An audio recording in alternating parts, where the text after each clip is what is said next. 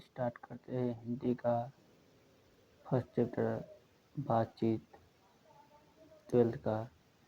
इसी से आएगा 12th का ऑब्जेक्टिव। चलिए शुरू करते हैं। तो फर्स्ट है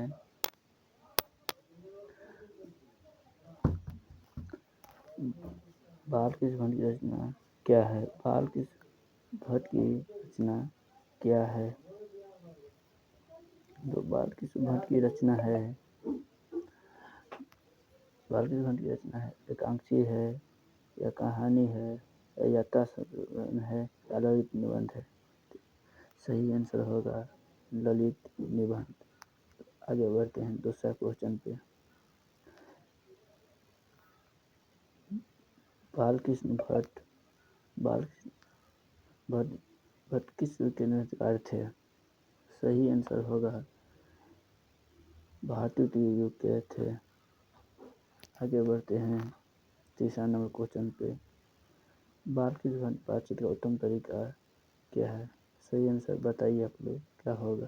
तो सही आंसर होगा अवाक होकर अपने से बातचीत करना। चौथा क्वेश्चन, स्वाद में सबसे महत्वपूर्ण क्या है। सही आंसर होगा आत्मिकता। बालकृष्ण भट्ट का जन्म कब हुआ था। 23 जून 1884 या 23 जून 1844 को या 20 जुलाई 1902 को या 18 दिसंबर 1934 को। सही आंसर होगा 23 जून 1844 में इसका जन्म हुआ था। आगे बढ़ते हैं। संयुक्ता रचना है। ये है श्रीनिवास दास की रचना है।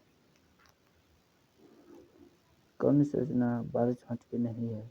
सही आंसर होगा परीक्षा गुरु।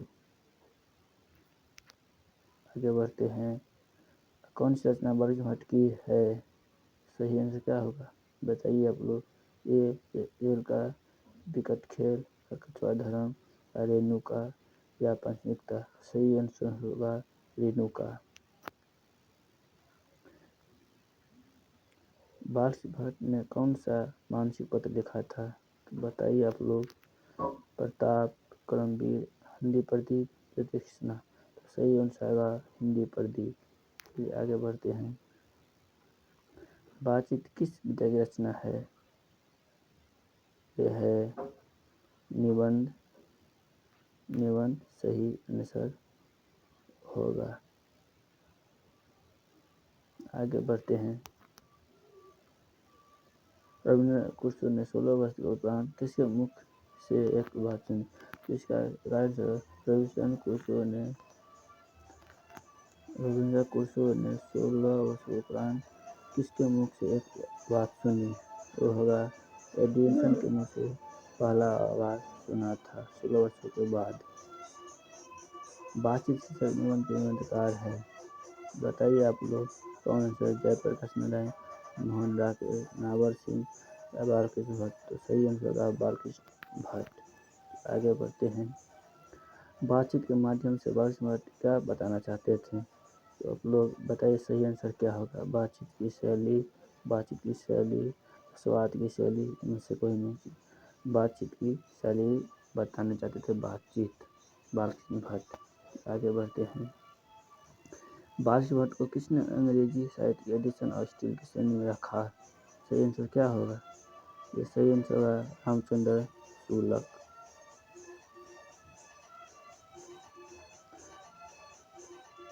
बालकृष्ण भट्ट की निवास स्थान कौन सा है। सही आंसर बताइए। लखनऊ उत्तर प्रदेश, इलाहाबाद उत्तर प्रदेश, मथुरा उत्तर प्रदेश। तो सही आंसर होगा लखनऊ। यह पढ़ा नहीं होगा। बी इलाहाबाद उत्तर प्रदेश सही आंसर होगा। बालकृष्ण भट्ट ने किस पद्धति का वर्णन किया। सही आंसर बताइए। आर्यभट्ट, हुंकार, हिंदी प्रदीप, पंजाब केसरी। तो सही आंसर होगा हिंदी प्रदीप। चलिए आगे बढ़ते हैं। बालकृष्ण भट्ट ने हिंदी प्रदीप नामक ग्रंथ कब किया था। तो सही आंसर होगा 1877, 1888, 1890, 1894। सही आंसर होगा 1877 में हुआ था। कौन सा घटना बालिका भट्ट द्वारा रचित नहीं है? बता सकते हैं आप लोग, बताइए। पद्मावती है, विशिष्ट आहार, तो सही इसका रचना कौन नहीं है? तो आप जब भी परीक्षा में बैठे तो पहले अक्षर नहीं सही से देखा और नहीं को ध्यान से पढ़े, यही पता है। तो सही आंसर होगा सी। कौन सा उपन्यास बालिका भट्ट द्वारा रचित है?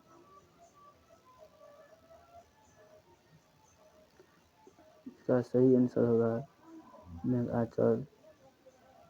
मेघांचल, गोदान, 100,000 एक सुजान या अंतराल। तो सही होगा 100 अनाज और 1 सुजान। नाटक प्रारंभ में होने वाले मंगल पाठ को क्या कहा जाता है? इसका सही होगा भजन, नांदी पाठ, मलचारण, आरती। तो इसका सही होगा, आप लोग कमेंट में बताइए क्या होगा सही आंसर।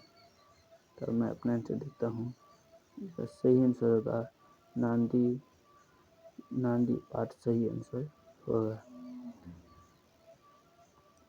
रॉबिन्सन क्रूसो कब तक मनुष्य के मुख से आवाज नहीं मिला? पता है, 21वां क्वेश्चन है। रॉबिन्सन क्रूसो को तक मनुष्य का मुख से को नहीं मिला, 16 वर्षों तक इसको नहीं मिला था।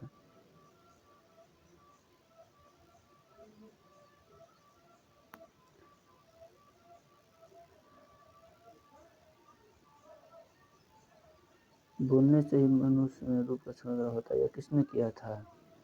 एडिसन ने कहा था बोलने से अच्छा होता है।